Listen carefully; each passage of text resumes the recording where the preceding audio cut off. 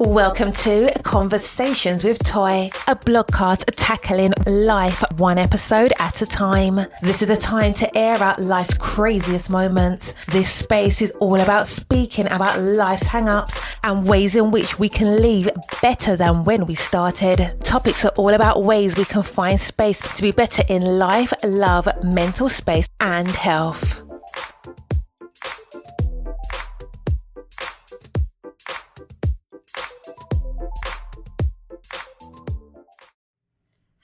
Happy Friday. I hope that you have had the most amazing week.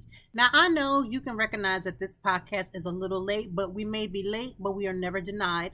I'm always going to make sure that I give you quality. I was exhausted beyond means this week, but I will obviously say, in the midst of being quote unquote exhausted, I probably have gotten the most rest that I've needed so much. I have needed it, didn't even realize how tired my body has been. And I'm grateful that my family has sort of kind of gone on that journey with me. Like if I go to sleep, they'll go to sleep too. If I go take a nap, they've been like, okay, let's nap. And that's a blessing all in itself. But hi, my name is Toy. I am your podcaster. I'm also a content creator, freelance writer, blogger. What else? The most important hats that I wear is being a mom and a wife, a mom of 3 amazing children, and I'm so glad that you are here. If this is your first time, I do not believe that mistakes happen. I think everything happens for a reason, and there is a reason for you tuning in today. I hope that something in this podcast and or some of the other episodes really do touch you. On this podcast, I love to have conversations about mental health and wellness, because I believe that all of us in our own way are dealing with some levels of mental health, whether it be anxiety. I very verbally, very openly talk about my levels with anxiety. And I want to talk about that for a little bit, because when people say that you're anxious and nervous are 2 different things. And sometimes they can kind of cross those like sharp lines. But for me, I can get anxious when I'm nervous, but oftentimes the anxiety that I'm feeling to complete something, the anxiousness that I feel like starting something new. And I am still, even though I am a content creator, I have gotten invited to so many events from Philadelphia all the way to LA.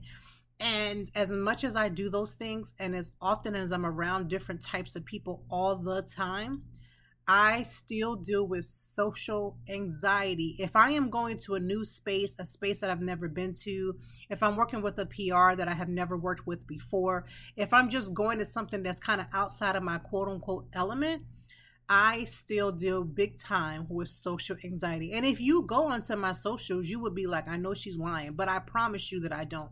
One of the things that I had decided to do, this was years ago. I've been doing content creation for like the last 5 or 6 years. I've been a writer for this November will make 11. And one of the things that I've always decided to do when I started to recognize the anxiety was to say yes and try to move past. Because a lot of times anxiety, fear, and nervousness they're kind of like the cousins of each other. And those 3 things will come along if I'm going to something, again, that I'm not aware of, something that makes me feel nervous, something that's like a first time. Again, all the things that I already described. And oftentimes I feel those emotions and they can overpower you. Like some people will feel those emotions and immediately retreat, which means, let's say they had an activity that they were planning, the anxiety will take over to a certain level that they're just like, you know what, I'm not going to go. Have I ever experienced that? Absolutely. There have been many a times when I've said, I'm going to go do something. Anxiety, fear, and nervousness will come together, and immediately I am stressed out. I'm feeling every type of feeling. And again, even after all of this time, as much as I am in public spaces, and I still struggle with that. In the midst of dealing with anxiety, I also deal with depression. I was diagnosed a few years ago, and when I say a few years ago, it's more than a few years ago, with situational depression or episodic depression, which means something that is happening is usually, it could be something small and it can be something big, but whatever it is, it's episodic. So something will trigger and that will cause me to feel something or feel some type of way, and then I'll go do a depression line. Now, sometimes the depression can be a few hours, sometimes it could be a few days. I've had it when it's been a few weeks and a few months. Let me also talk about depression in the sense of people like myself who are functionally, who can have depression and function well, it's actually the hardest fall when you do fall and crash. Meaning, I can still come and be present. I can still come and smile. My socials never kind of let on. Let me just tell you a secret about how I handle my personal depression and the fact that I am a content creator. I am creative, right? I have so much content in my phone that if I never, and I mean this, I have over 98,000 photos and videos on my phone, right?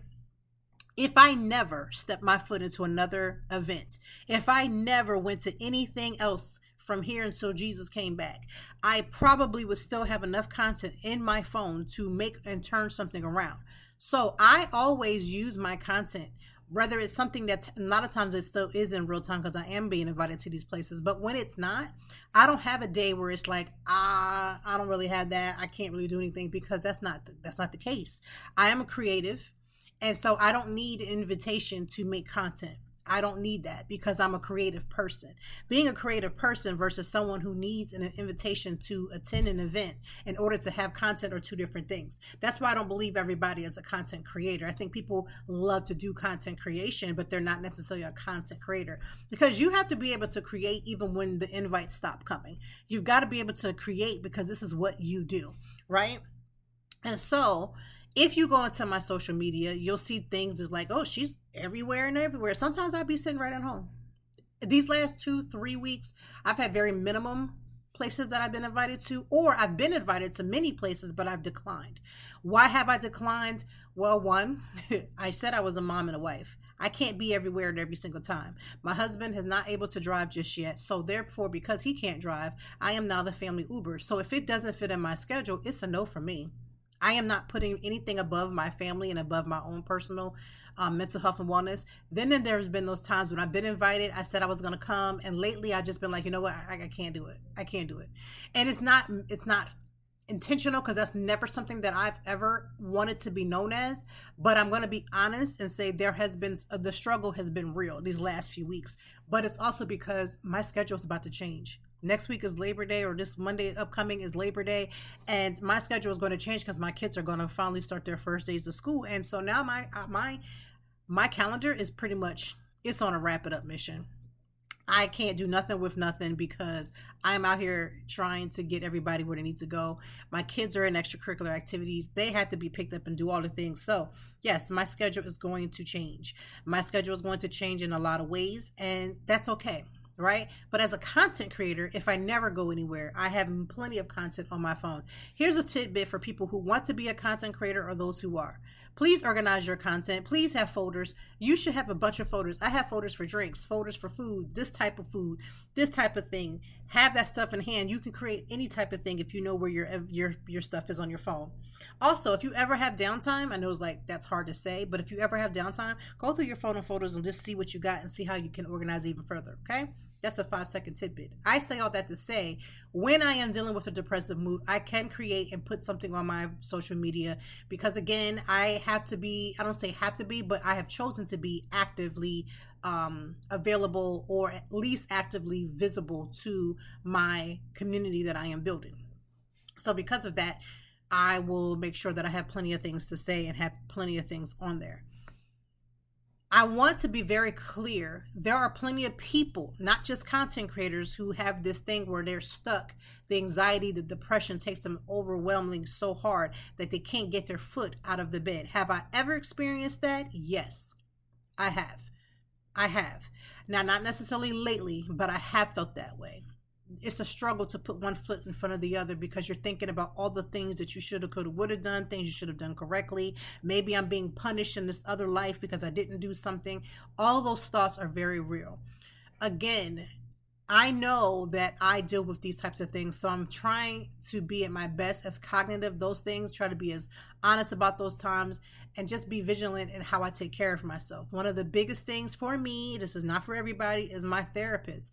I have been big time taking care of myself with my therapist. My therapist helps me to figure out how to regulate my emotions when I'm not around my therapist, how to regulate my emotions when I'm around other people. I have been very honest these last 2 weeks in telling my family, listen, I don't know what's going on with me right now, but what I can't do is I can't tap in today. So I can't do all the things that y'all are normally used to doing, and I got to take a little time out for myself because I'm on the struggle bus. Because again, episodic depression will come on me as well, and it just happens. There's no rhyme or reason. I do know some of my triggers that will trigger it, but for the times when I'm not really sure what it is, then I have to sometimes, a lot of times, if not all the time, take a chance and just stay still for a little bit. Stay still and see, hey, what is it that's going on? What can I do to figure this out? Let's take a break. Let's step back. Let's go to bed. Let's get something to eat. Did you eat today? Did you wash up today? And you may be saying, girl, I know you washed your tail. Listen, I have a whole song that I have learned for my kids, my nieces, and everything. The song is called Wash Your Booty for Jesus. And when I tell you, yes, I'm all about being clean, but there are some times when the depression takes over where you have to almost force yourself to do the bare bone basics. So if you've never experienced that and you're just like, girl, that just be people saying stuff, y'all just be doing the most. It's not. Because if something overtakes you for real, you'll understand. But for those people who get it, you know how that feels, how debilitating it could be. All of those things are very real. It's not something that is made up. People always talk about, well, they just be saying anything. They just be doing anything. Yeah, there's a lot of people who say and do a lot of things. But when it comes to struggle sometimes be real. It don't be a fake. It don't be something somebody is making up. That's the real intent of what's happening. So if you're saying to yourself, what are some of the common symptoms? Again, you don't have to have all of them. You don't even have to have, you do have to have some of them, but some of them can be like persistent low mood or hopelessness, loss of interest of activities I used to enjoy, which I have experienced. I have a holiday tree in my house. Now, let me explain to you what a holiday tree is. Everybody has the Christmas tree that they put up. I have a holiday tree. So I decorate my tree all year round because I just believe like Christmas trees just make you happy. On Christmas holidays, everybody's so joyful and so happy. And I just was like, you know what? Why do I have to let that feeling go? So I have this holiday tree. Right now it's decorated for the beach, but there's times when I have like a beach theme, a fall theme, Halloween, Christmas, Valentine's Day, all the major holidays that I want to decorate for. And I've noticed when I am in my most depressive state, that tree doesn't turn. Let me explain what that means. I like the activity of decorating this tree. That's why I have all this. I have holiday bins that are all, situated so I know which bin to go to grab certain things, Easter, certain things. But when I can tell when my depression has taken over is that tree will go from Christmas and stay to New Year's. And then maybe right before Valentine's Day, I might come out of it and then I'll switch it over.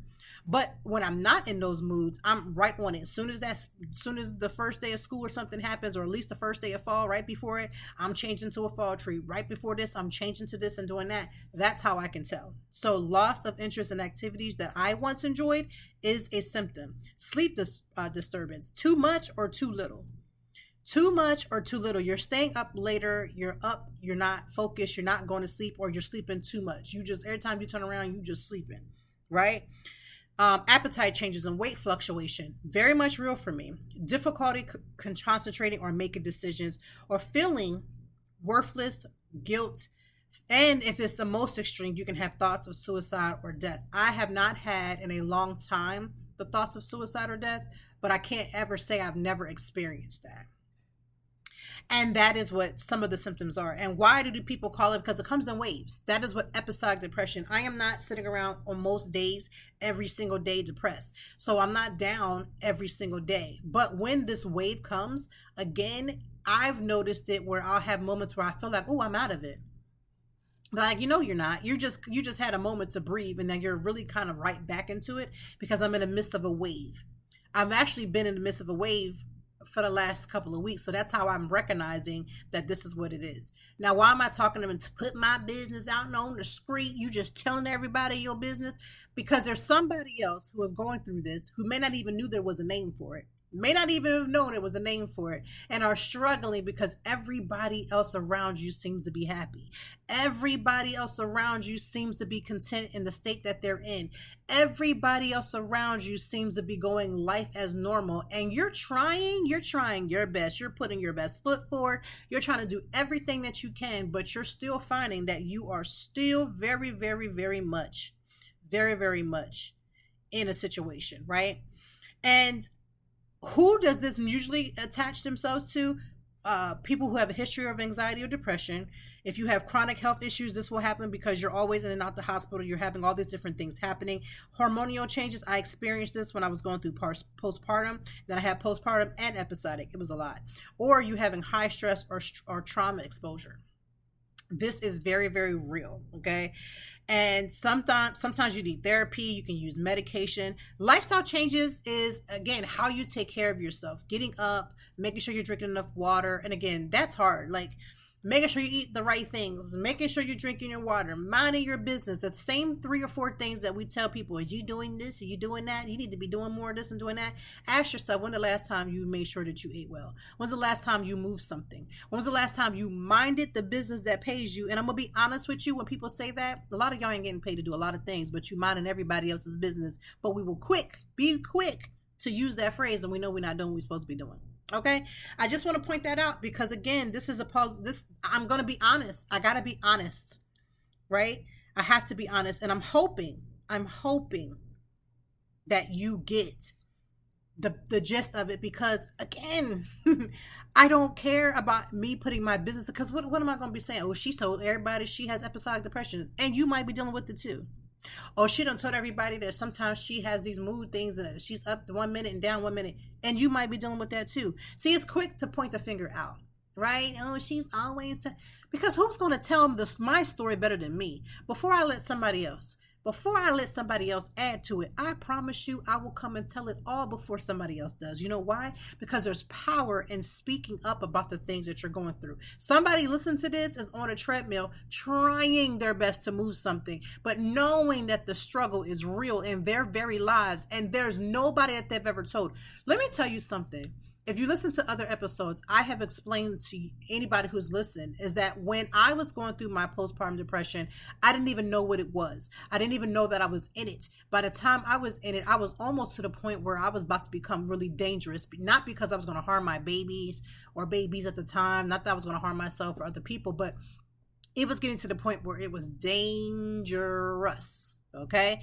And it was only the grace of God that led me to my doctor, which led me to my psychiatrist, that led me to my therapist at the time, because I believe, for everybody who is of the faith, of the Christian faith, and you believe in God and all those things, y'all want to put prayer on things that also prayer and needs to go together. I'm gonna say that one more time. Y'all want to put prayer on things that prayer and needs to come together. Prayer and therapy, prayer and medication, prayer and being honest. Sometimes we can't even get healed or get anywhere better. We can't get a breakthrough because we're not being honest.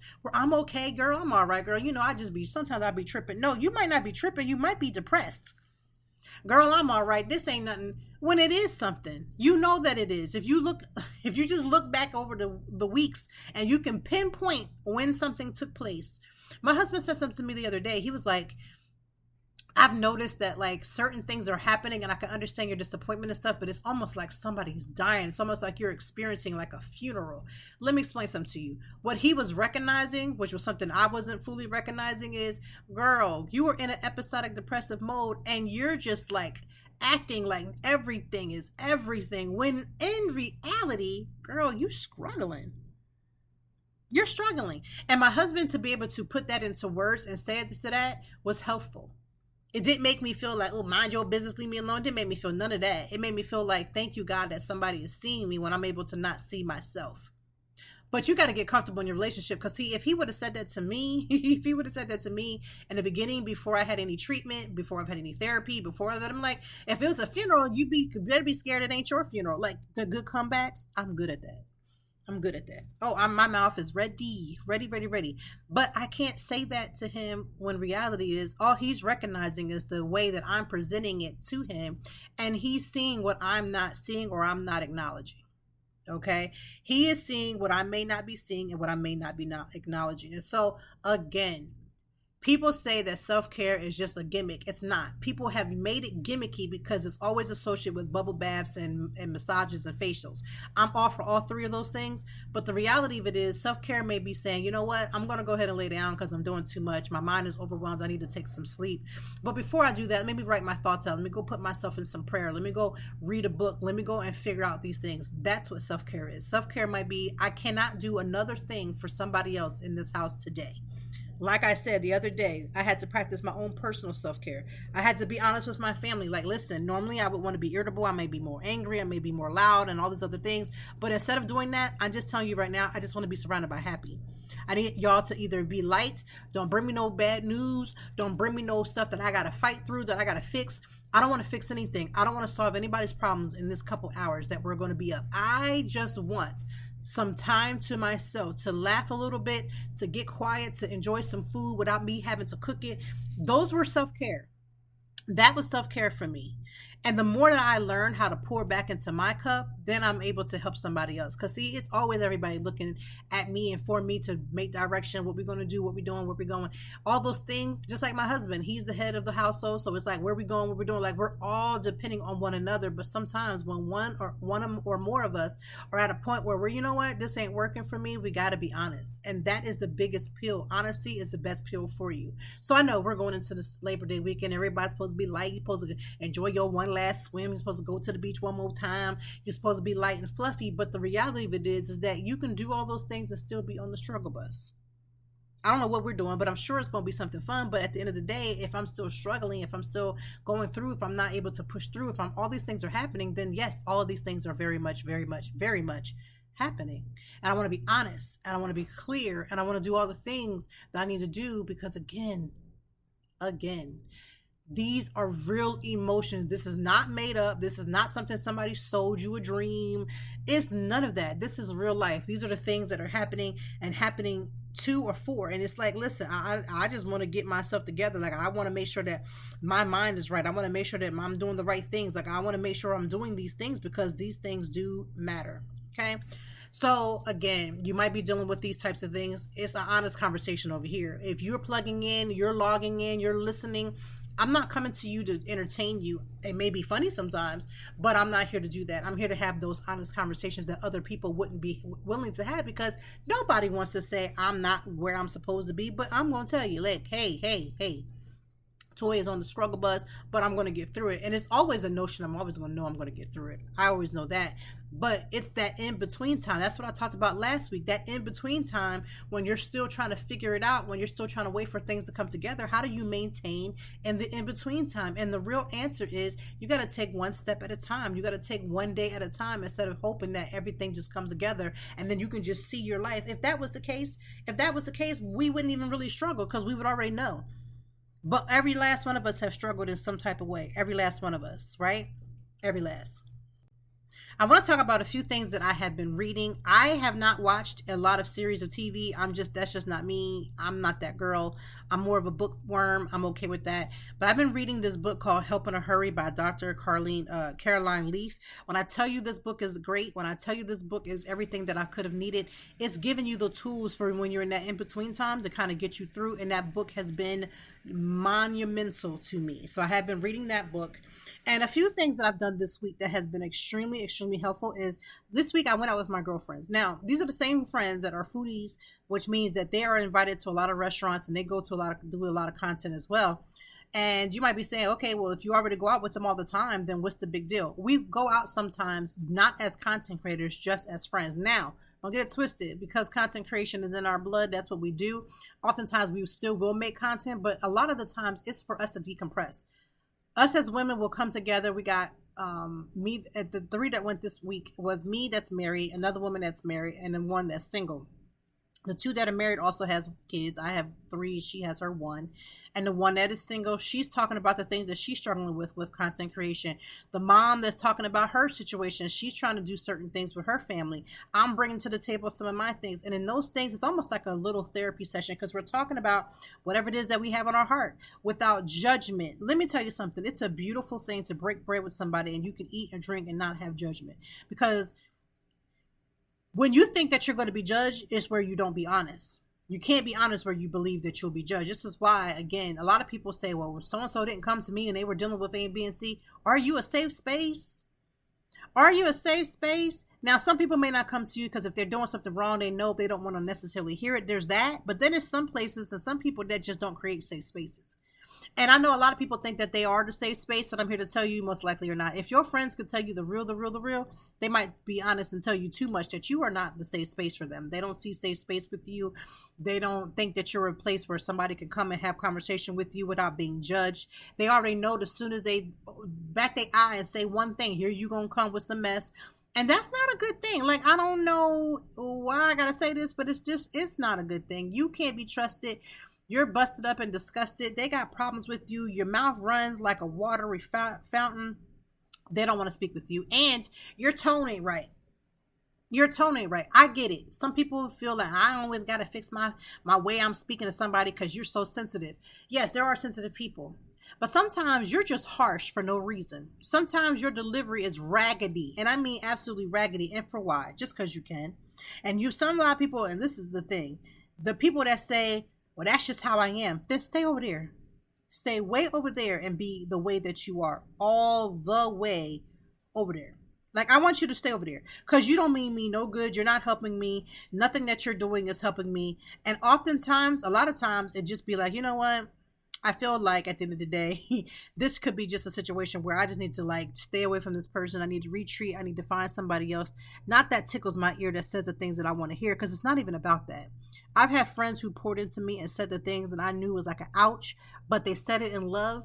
Their tone wasn't harsh. They didn't come with no arrogance. They are joyful. You can share with your highs and your lows, and they will support you and high five you and be there for you, whether they see you in person or you're 20,000 miles or 2 miles away. Those are the people I want around my circle. But we always have those ones who just think they are just God's gift to friends. And you just need to learn how to be a friend. I said it. You just need to learn how to be a friend, because being a friend is learning how to come to somebody, how to push back, how to speak to somebody in love, and how not. Everybody ain't your friend. It is what it is. So now that Labor Day is going to be here in a matter of days, and now we're switching over to being more about our wellness. We're taking time out. We've been eating everything all summer down. We've been eating everything, all the ice cream, all the cakes, all the pies, all the summer burgers, all the summer hot dogs. We've been doing it, and now it's time to like get yourself back to the gym. It's time to eat right. It's time to get up and make you some breakfast. It's time to get your lunch together, get your snacks together. It's time for you to do that meal planning that you've been saying you're going to do, but you ain't going to do, because now it's time to get back into ready so that we can get ready for fall. I find this time of the year crazy, because we're getting this all together for September, only to turn around and have cocktails and candy for October. And then we're going to step it up again and then turn around and eat our Thanksgiving dinner and eat the leftovers to oblivion, only to say, well, I'm going to take a week or so to get it together, only to turn around the next month and be ready for Christmas, and then we're going to get our lives together in January. So this is a weird time of the year. It's literally the weird time of the year. It's like the last end of the year. There's a lot going on. All I'm going to do is encourage you to try your best. Try your best to be at your best wellness. Try your best to take care of yourself. Try your best to do the things that you need. Try your best to support yourself. Show up for yourself. Listen, one of the biggest things that I have learned in my life is that saying yes to me is going to do things for everybody else. I've learned to say yes to me. Yes, I am able and capable of doing the things that matter. I am more than able. Yes, I'm capable to make sure that I am where I need to be.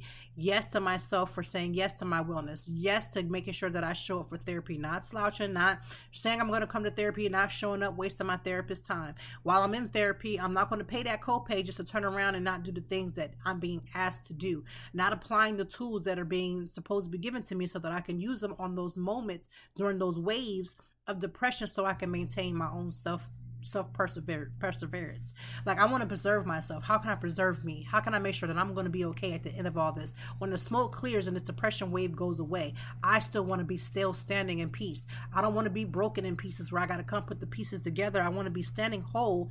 And these are the things I want to be focused on. So yes, I'm going to say yes to me by making sure, you know what? I'm not going to eat that. I can eat something else. I'm going to maybe, instead of drinking alcohol and wine all the time, I'm going to supplement with something else, because I'm saying yes to myself. Yes, I can go take some time to read a book. Yes, I can go do an activity and be creative and be, articulate in different areas. Like, I can say yes. Saying yes. Say yes to yourself. So many of us have said no because it's like, well, no, I need to do something for so-and-so. I got my son, my daughter, they need this. My cousins, my grandma needs me to go do that. But no, say yes to you. You are worthy of a yes. Yes, you can try to do your best to become better. Yes, I've been desiring to, let's say something simple. I've been desiring to buy and upgrade my wardrobe, but I've been putting that on the back end. No, say yes to you, because putting your wardrobe together could be something so small to somebody else, but it could mean a world to you. I don't want to look like a slouch. I want to look better for myself. I want to present myself a little bit better. Say yes. I've even noticed, even in my own wardrobe, in this little wave that I've experienced, I'm like, girl, why was you wearing that? Why? Because I didn't care and I wasn't saying yes to me. I don't care. Just throw them shoes on. You wouldn't wear them shoes in real life. You wouldn't wear them for real, for real. If you was going somewhere, you wouldn't wear them. So why are you wearing them now? Because you don't care? Because you're in this wave and the fog is so dense that you can't see the light from the day? So say yes. Say yes to you. You are worthy. You are worthy of all the things. Stop living your life under, beneath you because everybody else says you don't deserve. Who is everybody else? Because who is these everybody else that matters? I get it. There are some people in our life that do matter. If you want your spouse to be like, yes, you look good today. Yes, you're doing the right things. I see the work that you're putting in, but let's be real. People got their own lives that they're living. They ain't always as focused as they're supposed to be, so they may not see you. They may see you, but not even see you. They may hear you, but not even hear you. I've been having this whole war cry going on in my spirit, and my husband finally said it the other day, and I was like, wow, I'm actually being seen. Because that's what was going on. Why am I on the struggle bus? Why am I pushing the struggle bus? Why am I the captain of the struggle bus? Yes, I could be on the bus, but it's time to get off the bus, close the doors, and do the things that matter. Saying yes to you matters because you matter. Say yes. Yes, I'm going to do better. Yes, I'm going to get up from this place. Yes, I'm going to say yes to me eating correctly. Yes, I'm going to drink more water. Yes, I'm going to try my best, my very best to mind my business. I'm going to put some power behind me. What are the things that I need? I know we're so much taught. Don't be selfish. Don't be selfish. Let me tell you something to you. I am the most giving, but there are times when I do need to have selfish moments. Yes, I need to tell you, no, I cannot give you a ride for the third time this week because my money might be funny. I don't have money to be running gas out to take you somewhere and you could just get yourself an Uber. So I'm saying yes to me and saying no to you. And I know saying no to you is going to hurt, but me saying yes to myself is going to make me feel so much better because I don't want to argue and be mad and pissed off because I took you somewhere that I didn't want to take you. And I'm mad for doing it because I couldn't tell you no. I'm going to say yes to me. Saying yes. Say yes. So that is our episode for this week. I pray for the person who's on the other end listening to this. You could be going through hell and high waters, and you might be feeling like you cannot swim, but just doggy paddle. Doggy paddle till you get to the other side. Listen, a good doggy paddle will get you from point A to point B in the pool. Don't get this twisted. A good doggy paddle will save a life, and it could just be very well the very thing that saves yours. So yes, you may not be doing the breaststroke, you may not be doing the whole floating on top of the water, but if you can just doggy paddle to the other side, I promise you, there's joy on that other side. This too shall pass. These waves of depression don't last forever. They last for a few weeks. For the most part, they last for a few weeks, and yes, they can last for a few months, but they don't last forever. And I'm sorry that you're going through that. I'm sorry that you had a trigger that you couldn't really figure it out and you are feeling overwhelmed. I'm sorry that happened. But what I'm not sorry is to let you know that you can say yes to you and that you have the key to your own deliverance right in your hands. You really, really do. All you got to do is take the first step. Even if you don't know what that step is, it might be just a little bit of washing your booty for Jesus, getting up out the bed and getting the shower. It might be a little bit of just go ahead and get something to eat. It might be just open the windows. I am a firm believer. I've learned this through my depression that especially like in the wintertime when seasonal depression hits, open up your windows even on a rainy day, getting some fresh air. Go outside and sit on your porch. Drink yourself a cup of coffee or drink your favorite drink. Sit on your porch for a little bit. I know Philadelphia is a little crazy right now. Sometimes you sit on that porch, you don't know what could follow you on that porch, but ain't nothing you're going to be able to do. You can't hide forever. Just get a couple of fresh air. Just get some fresh air for a couple minutes. Write in your journal. You can write on the journal big words. I hate today. I hate the fact that I'm in this world today. Sometimes I'm just so frustrated. Write it. I know it's not going to look good. Somebody else might be like, Lord, she's suicidal. And you know what? what? Like, I'm not. I just want to put my words down on a piece of paper without judgment. So I just say that, not as a therapist. I'm not your therapist. I'm not a therapist. I just know what works. I know what I've experienced, and I hope that my story and hearing this will bring comfort to you, because again, you are not your depression. You are in a depression moment right now, but it don't last forever. You have the keys, unlock the truth, and unlock happiness on the other side. Real joy, real contentment, real balance, all those things.